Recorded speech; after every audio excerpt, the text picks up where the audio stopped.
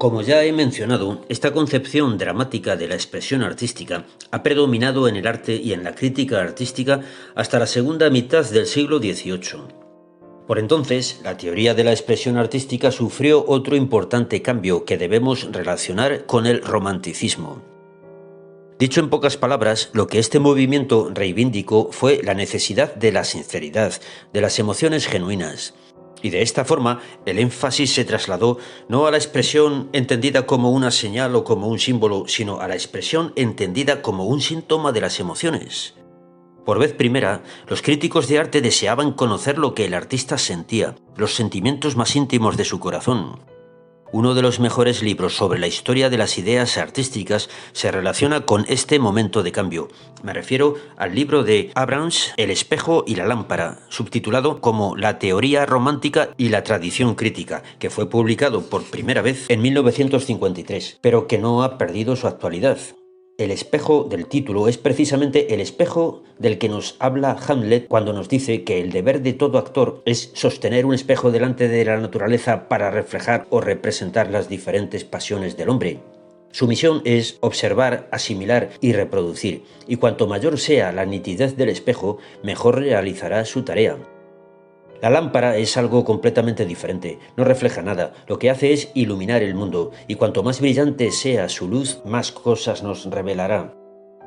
En la nueva teoría del movimiento romántico, el artista es como una lámpara, envía los destellos de sus sentimientos al mundo, donde son recibidos por el público que se volverá a la fuente de luz. Su luz es su arte, ya sea la poesía, la pintura o la música. Y cuando por lo general nos referimos a la expresión artística, nos solemos referir normalmente a la expresión del artista que ha tomado cuerpo en su obra de arte. La teoría romántica de la expresión ha sido tan universalmente aceptada en el mundo occidental por innumerables artistas y críticos de arte que cuesta darnos cuenta de que hubo un momento en el que se la consideró realmente novedosa y revolucionaria. Permítanme insistir al respecto que ni en la antigüedad ni en el Renacimiento el centro del interés se centraba en el artista. Lo que se juzgaba era su trabajo, en la antigüedad por la influencia que tenía sobre las emociones del hombre. En la siguiente teoría, por la fidelidad con que se reproducían tales emociones. Sin embargo, llegó un momento en que esto se consideró insuficiente. La emoción que se podía encontrar en una poesía fue considerada como algo sospechoso, incluso despreciable, si se pensaba que dicha emoción no fue experimentada por el artista al escribir su poema. No hay duda que esta teoría se aplicaba con mayor facilidad a la poesía lírica, en la que el artista podía volcar sus sentimientos de amor o su admiración por la belleza de la naturaleza. De hecho, Wordsworth, el poeta inglés, escribió en 1800 que la poesía era un cierto rebosar espontáneo de sentimientos internos. Y casi 30 años antes, Goethe ya afirmaba por boca de un personaje de una de sus obras que lo que hace al poeta es un corazón henchido de desbordante emoción. Por tanto, lo que distingue al poeta o al artista del común de los mortales no es su habilidad, su maestría, sino la intensidad de sus sentimientos. Y es solo esta intensidad lo realmente valioso. Una obra de arte ejecutada sin sentimientos, de una forma fría, es un verdadero fraude. Es algo deshonesto e inmoral, ya que el poeta que escribe sobre un amor que realmente no siente en su corazón está engañando a sus lectores. En consecuencia con estas ideas, las circunstancias bajo las que se escribía un poema comenzaron a interesar al crítico de arte y al público, mientras que anteriormente casi no se les daba importancia. Nadie se hubiera sentido defraudado al saber que una elegía ante la muerte de una persona querida había sido escrita por encargo y pagada por los familiares del difunto. Para la teoría romántica que nosotros hemos recibido como herencia, esta posibilidad era considerada cuando menos como inquietante. El poeta o el artista debía expresar únicamente sus propios sentimientos, de forma espontánea, sin mediar nadie ni nada, tan solo por el afán de expresarse a sí mismo, de desahogar su corazón. Pues solo de esta forma dichos sentimientos podrían llegar a comunicarse al lector o a quien escuchara su poesía, cuales lograrían experimentar idénticos sentimientos emotivos. El poeta alemán Friedrich von Schiller expuso estas ideas en una carta dirigida a Goethe. Yo denomino poeta a todo aquel que sea capaz de volcar su estado emotivo en un objeto de tal forma que dicho objeto suscite en mí un idéntico estado emotivo.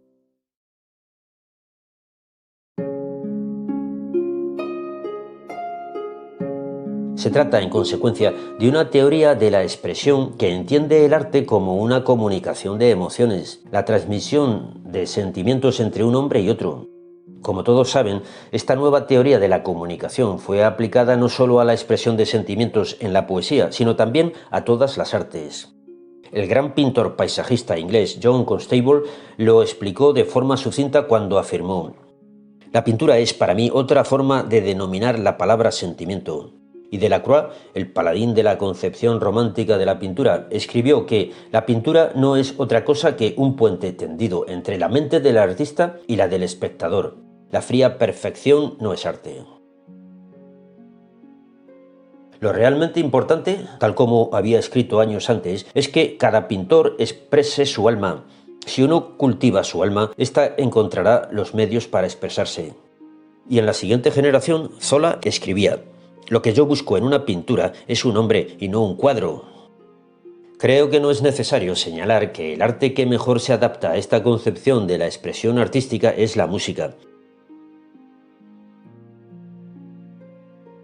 Las emocionantes palabras que Beethoven escribió en la partitura de su genial Misa Solemne dan muestra de su fe en el arte. Desde el corazón se puede llegar también al corazón. Teóricamente, esta identificación del arte con la expresión de la mente y el alma del artista debería dificultar la apreciación del arte del pasado, ya que muchas obras de arte y monumentos arquitectónicos fueron llevados a cabo por maestros y artesanos anónimos de cuya personalidad no conocemos ni podemos conocer nada. Pero he aquí que otra teoría vino a solucionar el problema, la teoría de la mente colectiva, una teoría que llegó a tomar gran variedad de formas. El arte de las épocas anteriores, el estilo del antiguo Egipto, de los griegos o del gótico de la Edad Media, fue considerado como el producto del Zeitgeist o espíritu de la época, de los egipcios, de los griegos o de la Edad Media cristiana. Los denominados espíritus que se manifestaban a sí mismos en las diferentes formas artísticas o estilos fueron considerados como una especie de artistas que expresaban su propia interioridad a la vez que revelaban la esencia de la nación o de la época en las que vivieron.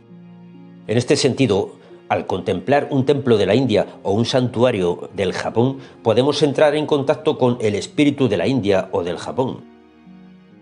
Es evidente que el objeto de mi estudio, la historia del arte, debe su prestigio y popularidad en gran parte a la influencia de estas doctrinas tan sumamente optimistas sobre el arte entendido como comunicación. No obstante, me he visto obligado a analizar y criticar en muchos de mis escritos tanto su coherencia interna como algunas de sus manifestaciones en la historiografía del arte. Para expresarme brevemente, he llegado a la conclusión de que se trata de una idea demasiado irrelevante para servir de ayuda a los historiadores y críticos del arte. De igual forma, he sido bastante crítico con la teoría del arte como comunicación de los sentimientos del artista, o, tal como se denomina en nuestros días, del arte como autoexpresión. Indudablemente no soy el único escritor sobre arte que ha manifestado sus dudas sobre la utilidad de esta idea, una idea que ha llegado a tener una amplia aceptación en este siglo a través de diversos movimientos artísticos como el expresionismo alemán o el expresionismo abstracto en Estados Unidos. Estoy convencido de que su debilidad es realmente obvia. No hay duda de que cualquier creación artística estará íntimamente unida a la personalidad de su creador. Pero esta afirmación no implica casi nada, ya que es absolutamente falso que a través de una determinada obra se pueda llegar a conocer al artífice. Uno de los artistas más famosos del Renacimiento italiano, Benvenuto Cellini, nos ha dejado en su autobiografía una espléndida narración de su incontrolable personalidad. Violento, aventurero, inconformista. Sin embargo, ¿quién podría adivinar estos rasgos de su personalidad a través de las elegantes y refinadas obras producidas por su mano como el Perseo de Florencia o el famoso Salero de Oro de Viena? De igual forma, ¿qué es lo que realmente conocemos de la personalidad de Shakespeare o de Bach? ¿Los reconoceríamos si los encontráramos en alguna parte? Por otro lado, tampoco es de mucha utilidad pensar en una gran obra de arte como el resultado de un determinado estado emotivo suscitado en el artista en aquel preciso momento. El argumento utilizado por los que han criticado esta teoría es que tal circunstancia implicaría que un compositor que escribiera una sinfonía debería esperar a encontrarse melancólico para escribir un adagio y alegre para escribir un scherzo. Indudablemente, el arte no es algo tan simple. Lo que estas objeciones nos revelan, en mi opinión, es la necesidad de formular una teoría de la expresión artística más satisfactoria. Por otra parte, tal como lo he indicado, hemos tenido algunas teorías más adecuadas en el pasado. La teoría dramática del Renacimiento ha sido de nuevo reformulada por Susan Langer en su libro Philosophy in a New Key, aunque no creo que añada nada nuevo a lo mucho que ya se había dicho con anterioridad. La teoría de los efectos, que he descrito como la más influyente en la antigüedad clásica, vuelve a tener su vigencia en nuestros días, ya que las preocupaciones que sentía Platón respecto a los efectos nocivos del mal arte han vuelto a estar de actualidad con los debates sobre los efectos de la televisión en la mente de la gente joven. Pero se trata, en cierta manera, y en comparación con el auténtico problema de la expresión, la relación entre el artista, su obra y su público, de una cuestión marginal. Intentar resolver esta compleja cuestión es algo realmente atrevido. Y quien intentara hacerlo en unos pocos minutos sería verdaderamente una persona temeraria. Y esto es lo que intentaré hacer a continuación, para lo cual les solicitaría su atención. En mi opinión, y resumiendo mi idea en pocas palabras, la cuarta teoría que necesitamos debería incorporar las tres teorías precedentes, pero modificándolas a la luz de las anteriores críticas.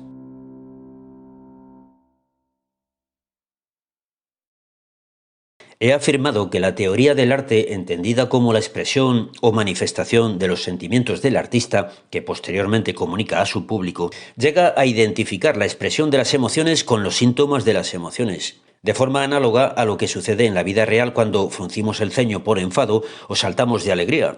Naturalmente, tales síntomas pueden ser pegadizos o contagiosos, ya que las emociones pueden llegar a hacerse extensivas a un grupo numeroso de personas en una fiesta o en una asamblea. Es más, si nos fijamos en esta circunstancia con más detenimiento, podremos observar que incluso aquí la noción común del proceso se ha simplificado bastante. Como ya he señalado en otra ocasión, este hecho se basa en la idea de que cuando tenemos un sentimiento determinado, este se manifiesta al exterior a través de algún tipo de indicio o síntoma. Se trata de un movimiento que va del interior al exterior, un movimiento que podríamos denominar centrífugo. Primero se da el sentimiento, luego el indicio, posteriormente la respuesta de los demás ante aquel indicio o síntoma. Se trata de algo similar a la transmisión de un mensaje a través de las ondas radiofónicas. Pero ya hace muchos años que la psicología descubrió que esta relación entre sentimientos y síntomas no es una relación unilateral. Podríamos decir, sin mayores explicaciones, que los síntomas pueden causar las emociones apropiadas. Esta observación es conocida en la psicología como la teoría de las emociones de James Lange, una teoría que postula la unidad entre estados físicos y mentales, tanto en los animales como en los seres humanos. Recuerdo haber leído en algún lugar que cuando una cacatúa está alegre, mueve su cabeza de arriba a abajo. En consecuencia, es fácil modificar el estado de alegría o de tristeza de este pájaro. Tan solo se necesita coger su cabeza y moverla de arriba abajo. No respondo de la exactitud de este hecho, ni tampoco comparto la idea de una completa igualdad entre los fenómenos físicos y mentales, pero en algún sentido todos somos cacatúas. Mi madre, que fue profesora de piano, solía aconsejar a sus discípulos que, al tocar un pasaje alegre, se echaran hacia atrás y sonrieran, ya que este gesto, deliberado, infundiría expresividad a su interpretación musical. De hecho, los oradores y actores de teatro han descubierto la teoría James Lange mucho antes de que la formulara la ciencia de la psicología. El orador y el actor siempre deben hablar y actuar en el estado emocional que se requiere en su discurso o actuación. Recuerden la sorpresa de Hamlet al observar que el actor que recitaba la tragedia de la caída de Troya derramaba lágrimas auténticas. ¿Qué significaba Hécuba para él? Sin embargo, el actor no lloraba debido a su aflicción por la reina de Troya. Su emoción surgía al recitar lo que el dramaturgo había escrito para esta ocasión. No es el dolor lo que hace apasionado el discurso, sino el discurso apasionado el que provoca el dolor, o al menos todos los síntomas del dolor, incluidas las lágrimas. Intentaré definir con mayor precisión esta teoría que pone un especial hincapié en la relación inversa entre los sentimientos y la expresión. En alguna ocasión he propuesto denominarla la teoría centrípeta de la expresión artística, en contraste con lo que sería la teoría centrífuga de la expresión. Los signos expresivos aparecen en primer lugar, y son precisamente ellos los que propician una respuesta emocional en el actor, el orador y, tal como me gustaría creer, en cualquier artista, sea este un pintor, un poeta o un músico. Usando un término tomado prestado de la ingeniería, también me gustaría denominar a esta teoría de la expresión artística la teoría feedback o de la retroalimentación. Se trata en definitiva de una teoría que subraya la importancia de la constante interacción entre los sentimientos y la forma, el medio artístico y el mensaje que se transmite. Aunque mi campo de trabajo es realmente la historia de las artes visuales, me gustaría, con su permiso, detenerme por unos momentos en la teoría de la expresión artística en la poesía, ya que es aquí donde se aprecia con mayor claridad aquello a lo que me refiero. El medio artístico del poeta es el lenguaje. El poeta solo puede expresar sus ideas o emociones por medio de las formas o palabras que le ofrece el lenguaje. Su arte consiste en tantear su medio artístico con el fin de seleccionar la palabra correcta, el tono o la forma que encaja con mayor perfección con aquello que él desea expresar. Pero una vez más, incurriríamos en una excesiva simplificación si pensáramos que lo primero son sus sentimientos emotivos, sentimientos que posteriormente debe envolver con las palabras de su lengua nativa. Al igual que con los síntomas de la expresión, solo que en este caso con mayor fuerza, será el lenguaje el que sugiera y suscite sus sentimientos en un constante movimiento de interacción. Tal como el gran crítico inglés Ivor Richards solía recalcar tras haber abandonado la escritura en prosa para practicar la poesía, es el lenguaje el que inspira al poeta. Una vez más, cabe hablar de la teoría centrípeta de la expresión. Es el lenguaje el que ofrece al poeta los medios para dar forma a sus sentimientos o pensamientos en una creación artística.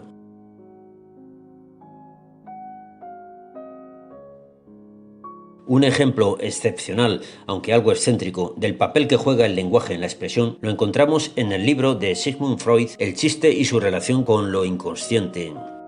Solemos pensar en Freud tan solo como un expresionista que considera al artista como un hombre dominado por la fuerza de sus emociones, pero esta idea supondría no entender su intuición más valiosa acerca del arte, que se encuentra en el libro que acabo de mencionar. Al tratar de los chistes, Freud se detiene a estudiar los retruécanos o juegos de palabras, esta clase de equívocos que se aprovecha de los accidentes del lenguaje. Los ejemplos que él utiliza están tomados como es natural de su lengua nativa, el alemán, y sus traductores se han encontrado con el problema de elegir ciertos chistes equivalentes en la lengua inglesa. Uno de estos chistes utilizado por su traductor es la jocosa descripción de las vacaciones navideñas como alcoholidays. En realidad no es un chiste muy bueno, pero es lo suficientemente ocurrente para ilustrar la dependencia de la expresión frente al lenguaje. Me atrevería a decir que Inglaterra no es el único lugar donde ciertas personas esperan las vacaciones para tener la oportunidad de emborracharse. Sin embargo, no es del todo necesario que se hicieran explícitos estos deseos. El chiste, como hemos visto, tiene su origen no en el deseo de alcohol, sino en un accidente del lenguaje. Creo que no es necesario afirmar que el lenguaje puede ofrecer al artista mucho más con sus palabras que este chiste. Toda poesía se deriva del lenguaje, circunstancia del todo evidente con solo considerar la importancia que adquieren la rima y la medida en algunas tradiciones poéticas. Recuerdo haber leído también en un libro de Arthur Waley sobre el teatro no japonés, que en la parte lírica de estas obras todo gira en torno a ciertas palabras clave y a juegos de palabras, en especial sobre ciertos retruécanos elaborados a partir de nombres de lugares que se denominan kakari kotoba. Son los accidentes del lenguaje, combinados en el ingenio del escritor, los que crean dicha lírica. Lo que interesa para el tema que me ocupa es el papel que juega el medio utilizado por el artista, un medio que se encuentra al servicio del proceso de expresión artística. En la actualidad, las distintas artes, arquitectura, jardinería, pintura, escultura, música o danza, no operan con símbolos tan determinados como utiliza el lenguaje. No obstante, estas artes no podrían cumplir con su función sin la existencia de una tradición que ofreciera al artista ciertas posibilidades de elección. En un artículo que escribí ya hace cierto tiempo sobre expresión y comunicación en el arte, insistía en que no debemos olvidar lo que aprendimos en la teoría de la información. La comunicación entre un emisor y un receptor presupone un código, ya que, como hemos visto, las señales que enviamos no transmiten significados al modo como las vagonetas transportan carbón.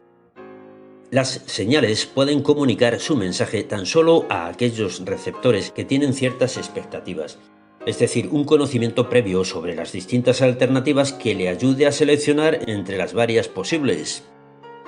Puede que a simple vista resulte absurdo relacionar la expresión artística con esta árida teoría de la información desarrollada por los ingenieros de telecomunicación. Por otra parte, soy del todo consciente de la gran distancia que separa cualquiera de las artes de los simples códigos a los que hace referencia esta teoría matemática. Con todo, el estudioso del arte se puede beneficiar de esta nueva disciplina si es capaz de ver el gran papel que juegan nuestras expectativas sobre nuestras respuestas. Lo muy esperado es difícilmente captado y lo totalmente inesperado carecería de significado.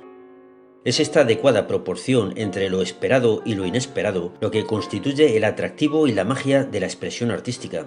Todo ello no sería posible sin un medio artístico estable que permita al artista jugar con las expectativas de su público, confirmando, negando, burlando o sorprendiendo dichas expectativas. En mi opinión, donde también se equivoca la teoría del arte como comunicación es en el convencimiento tácito de que un gran artista puede plantear de forma premeditada todos esos efectos sin el beneficio del feedback. En cada estado del proceso creativo, el artista debe ser su primer público y su primer crítico. Tanteará y explorará su medio artístico, observando cómo le afectan las distintas combinaciones de formas, de colores o de tonos musicales. En este atento juego de tanteo y experimentación con las posibilidades de su arte, el pintor sacará partido a los accidentes fortuitos que encuentra a lo largo de su proceso, al igual que hacía el poeta al sondear las posibilidades del lenguaje. En este sentido, Joseph Turner, el gran pintor paisajista inglés, solía advertir a sus discípulos que nunca se olvidaran de los accidentes. Tengo entendido que este estado de alerta frente a las posibles variaciones accidentales del medio artístico también jugaba un papel relevante en ciertas escuelas de pintura del Lejano Oriente, al igual que en el expresionismo abstracto de nuestro siglo. No obstante, debemos señalar que entre ambas existe una radical diferencia. Tan solo dentro de una tradición perfectamente establecida, un artista puede jugar con los matices más delicados, con la seguridad de que su público sabrá captar cada diferencia de matiz, respondiendo ante cada una de esas insinuaciones de forma análoga a como él respondió en su proceso de búsqueda y experimentación. Estoy firmemente convencido respecto a este punto de que las artes del Lejano Oriente, de China y de Japón son con frecuencia mucho más sutiles que las de Occidente. En cualquier caso, no creo necesario detenerme a explicar cuál es el grado en el que la literatura y el arte de cada cultura permite articular ciertos sentimientos y estados emotivos. Cabría hablar, por ejemplo, en el modo en que la respuesta ante la naturaleza, la actitud hacia el amor, los conceptos de heroísmo o de santidad han tomado cuerpo en el arte y en la literatura de cada nación. Ya he aludido a la idea tan extendida de que todo esto puede ser interpretado como manifestaciones de un espíritu colectivo o de cierto carácter nacional, pero aquí, como en otros muchos casos, haría un alegato en favor de la teoría del feedback.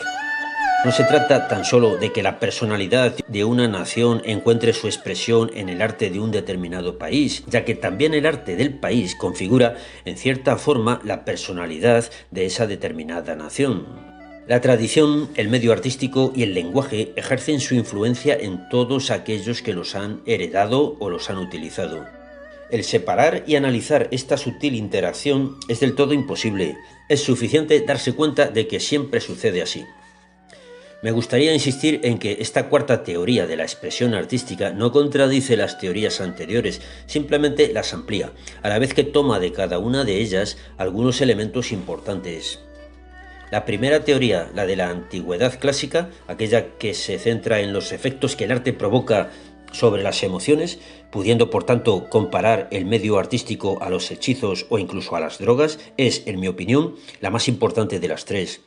Con todo, en mi teoría quisiera resaltar que el primero en sentir dichos efectos y en buscarlos es el mismo artista, el cual descubre y selecciona la clase de sentimientos emotivos que desea provocar y manifestar. Esta actitud no tiene por qué contradecir necesariamente a la segunda teoría de la expresión artística, la que he venido a denominar la teoría dramática de la expresión.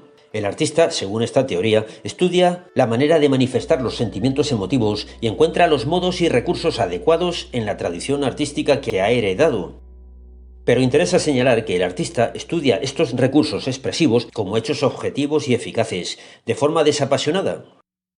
Por su parte, la tercera teoría se opone a la anterior. Me gustaría indicar que hay mucho que aprender de esta teoría romántica de la expresión artística, ya que, de acuerdo con mi idea, el verdadero artista hallará en su proceso de búsqueda y descubrimiento sentimientos ante los que reaccionará, emociones que hará verdaderamente suyas en su corazón. Con el fin de ilustrar todas estas ideas y a modo de resumen, me gustaría poner un ejemplo del lenguaje de la música, en concreto de un simple toque de trompeta.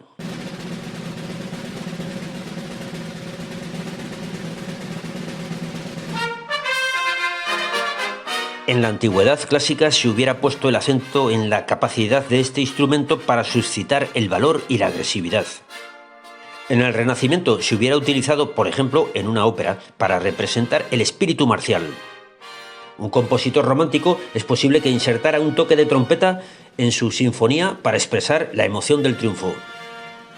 Todas estas interpretaciones me parecen absolutamente legítimas, pero no debemos olvidar que el toque de trompeta es parte de una tradición cultural y que el compositor que la utilizó descubrió su poder al estudiar en sí mismo su propia capacidad de respuesta. Una vez descubiertos esos recursos, puede encontrar nuevas aplicaciones, variaciones originales y nuevas tonalidades emotivas y hacer que nos demos cuenta de que aquel toque de trompeta es suyo y solamente suyo. De esta manera, y solo de esta manera, podemos interpretar la idea del arte como expresión de los propios sentimientos del artista.